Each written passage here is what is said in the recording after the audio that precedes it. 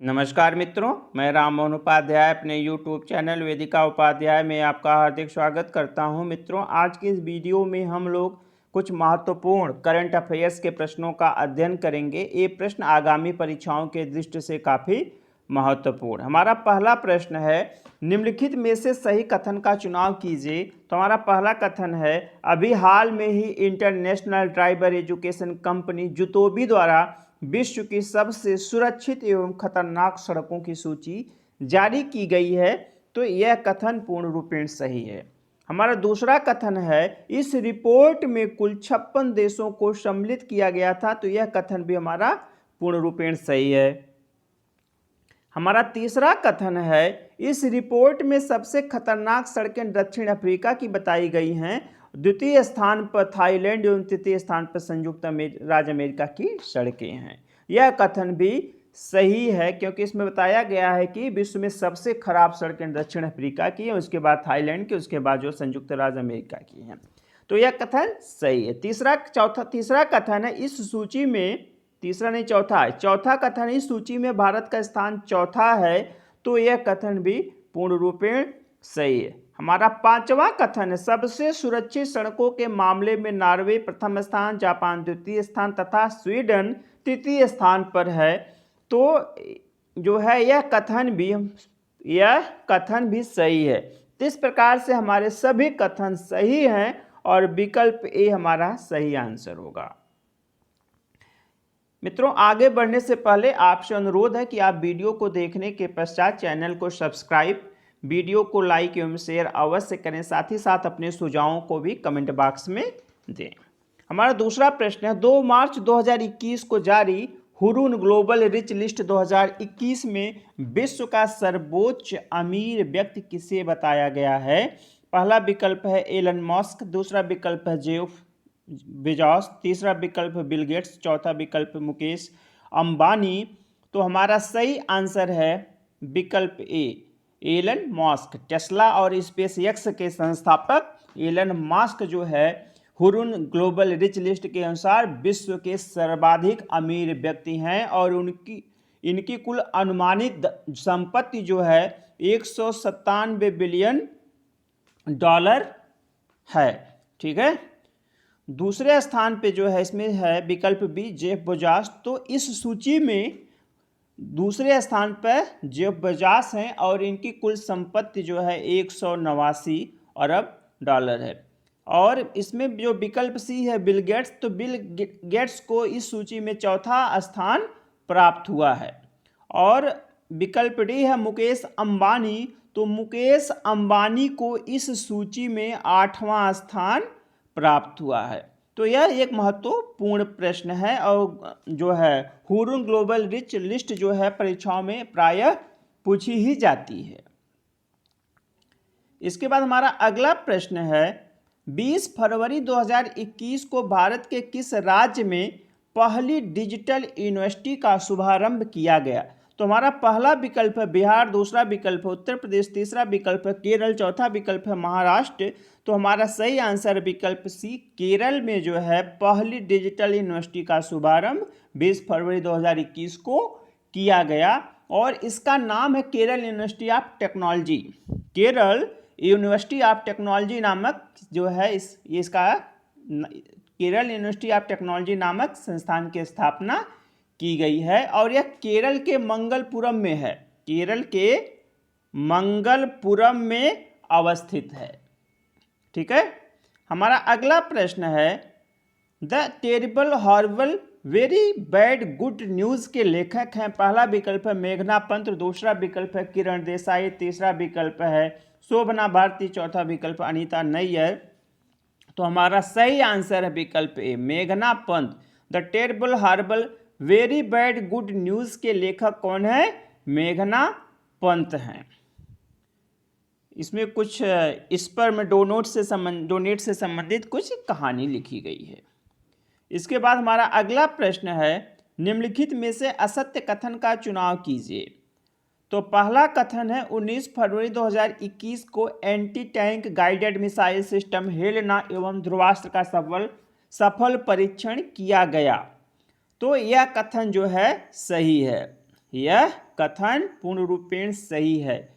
जो हेलेना और ध्रुवास्त्र हैं, हेलेना बेसिकली इसमें जो है थल सेना से संबंधित है और ध्रुवास्त्र जो है वायु सेना से संबंधित है और इसका सफल परीक्षण 19 फरवरी 2021 को किया गया था। विकल्प बी है, इस मिसाइल सिस्टम का विकास इसरो के द्वारा किया गया है। यह कथन गलत है क्योंकि इसका विकास जो है इसरो के द्वारा न होकर DRDO के द्वारा किया गया है।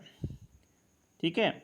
और तीसरा कथन है, मतलब कथन भी गलत है। तीसरा कथन है, यह मिसाइल सिस्टम सभी मौसमों में दिन रात कार्य करने में सक्षम है। यह कथन भी सही है। तो हमारा इसमें जो सही प्रश्न होगा असत्य कथन का, ई और सी तो सही है लेकिन कथन जो बी है वह गलत है। और कथन यहाँ पे जो भी लिखा हुआ ये बी है, तो कथन सी जो है, या सॉरी विकल्प सी कथन बी असत्य हमारा सही आंसर होगा।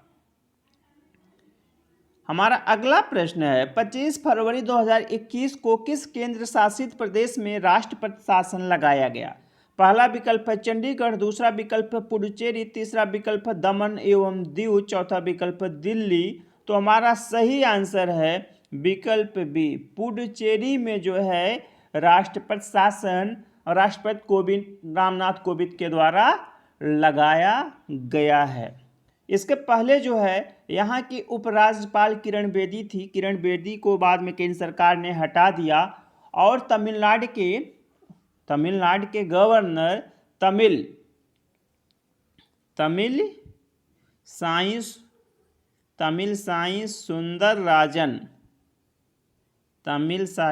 सुंदर राजन को जो है वहाँ का अतिरिक्त कार्यभार सौंपा। हम लोगों को मालूम है कि संविधान का अनुच्छेद 356 यह व्यवस्था करता है कि अगर किसी राज्य केंद्र शासित प्रदेश में नियमों के अकॉर्डिंग शासन व्यवस्था का संचालन नहीं हो रहा, वहाँ किसी भी प्रकार की कोई अव्यवस्था है, तो ऐसी सिचुएशन में वहाँ का शासन डायरेक्ट राष्ट्रपति के द्वारा संचालित किया जाएगा। तो वही प्रावधान यहाँ पे पुडुचेरी में किया गया है। ठीक है। इसके बाद हमारा अगला प्रश्न है, हाल ही में मध्य प्रदेश सरकार ने किस जिले का नाम बदलकर नर्मदापुरम रखा है? तो पहला विकल्प है होशंगाबाद, दूसरा विकल्प है भोपाल, तीसरा विकल्प है जबलपुर, चौथा विकल्प है बुरहानपुर। तो हमारा सही आंसर है विकल्प ए। अभी मध्य प्रदेश सरकार ने होशंगाबाद जिले का नाम बदलकर नर्मदापुरम रखा है। ठीक है। हमारा अगला प्रश्न है, 2019 का दादा साहेब फाल्के पुरस्कार प्रदान किया गया है। पहला विकल्प है रजनीकांत, दूसरा विकल्प अमिताभ बच्चन, तीसरा विकल्प विनोद खन्ना और चौथा विकल्प देविका रानी।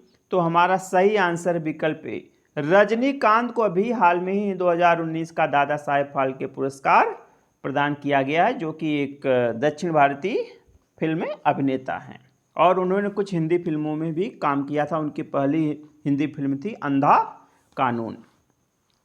विकल्प भी है अमिताभ बच्चन, तो अमिताभ बच्चन को 2018 का, और विकल्प सी है विनोद खन्ना को 2017 का दादा साहेब फाल्के पुरस्कार प्रदान किया गया था। विकल्प डी देविका रानी है, तो देविका रानी को 1969 में पहला दादा साहेब फाल्के पुरस्कार प्रदान किया गया था। हमारा अगला प्रश्न है, 5 मार्च 2021 को किसकी अध्यक्षता में स्वाधीनता की 75वीं वर्षगांठ मनाने का निर्णय लिया गया है? विकल्प ए है प्रधानमंत्री, विकल्प बी है राष्ट्रपति, विकल्प सी है गृह मंत्री, विकल्प डी है कैबिनेट सचिव। तो हमारा सही आंसर है विकल्प ए, प्रधानमंत्री की अध्यक्षता में स्वाधीनता की 75वीं वर्षगांठ मनाने का निर्णय लिया गया है। इसके लिए जो है एक राष्ट्रीय समिति का गठन किया गया, एक राष्ट्रीय समिति का गठन किया गया है, जिसमें कुल 259 सदस्य होंगे और उनकी अध्यक्षता हमारे प्रधानमंत्री नरेंद्र मोदी करेंगे। इसमें पूर्व प्रधानमंत्री HD देवगौड़ा, LK आडवाणी, सोनिया गांधी, ये सभी जो है सम्मानित सदस्य हैं। इसके बाद हमारा अगला प्रश्न है, निम्नलिखित में से किसे टोकरी में दिगंत थेरीगाथा 2014 काव्य संग्रह के लिए हिंदी साहित्य पुरस्कार से सम्मानित किया गया है? तो पहला विकल्प है अनामिका, दूसरा विकल्प है अरुंधत सुब्रमण्यम, तीसरा विकल्प है वीरप्पा मोइली, चौथा विकल्प इनमें से कोई नहीं। तो हमारा सही आंसर है विकल्प ए। अनामिका जी को जो है हिंदी साहित्य पुरस्कार से हिंदी के लिए जो है साहित्य पुरस्कारों से सम्मानित किया गया है। ठीक है, किस रचना के लिए, किस काव्य संग्रह के लिए? टोकरी में दिगंत, यहाँ पे दिखता होगा कुछ टाइपिंग मिरर रहा था। टोकरी में दिगंत, टोकरी में दिगंत थेरीगाथा 2014 के लिए इन्हें सम्मानित किया गया है। यह दिल्ली विश्वविद्यालय में अंग्रेजी विभाग में यह प्रोफेसर पद पर कार्यरत हैं और हिंदी में रुचि होने के कारण यह हिंदी में लेखन करती हैं। विकल्प बी है अरुंधत सुब्रमण्यम। अरुंधत सुब्रमण्यम को अंग्रेजी के लिए साहित्य पुरस्कारों से सम्मानित किया गया है। इनकी रचना है when God is a traveller, when God is a traveller. मैंने आपको साहित्य पुरस्कारों के उसमें वीडियो में सब कुछ बताया है। विकल्प सी है वीरप्पा मोइली। तो वीरप्पा मोइली जो है एक कांग्रेस गवर्नमेंट में पूर्व मंत्री थे और अपने लेखन के लिए, राजनीति के साथ साथ अपने लेखन कार्य के लिए भी काफ़ी प्रसिद्ध हैं और इन्हें जो है कन्नड़ भाषा में कार्य करने के लिए साहित्य सम्मान से सम्मानित किया गया है। और इनकी रचना थी श्री बाहुबली अहिंसा दिग्विजयम। श्री बाहुबली अहिंसा दिग्विजयम के लिए इन्हें सम्मानित किया गया था। हमारा 11वां एवं अंतिम प्रश्न है 13 फरवरी 2021 को किसने इटली के प्रधानमंत्री के रूप में कार्यभार संभाला? तो पहला विकल्प है सर्जियो मट्टारेला, दूसरा विकल्प है क्रिस्टीना लेगार्ड, तीसरा विकल्प मारियो द्राघी, चौथा विकल्प इनमें से कोई नहीं। तो हमारा सही आंसर है विकल्प सी, मारियो द्राघी को जो है इटली का प्रधानमंत्री नियुक्त किया गया है। तो मित्रों, आज जो है इस वीडियो में हमने करंट अफेयर से संबंधित महत्वपूर्ण प्रश्नों को आपसे डिस्कस किया है और यह परीक्षा की दृष्टि से काफ़ी महत्वपूर्ण है। तो आप लोग इस वीडियो को अधिक से अधिक शेयर करें। आप लोगों को सुनने के लिए बहुत बहुत धन्यवाद। नमस्कार।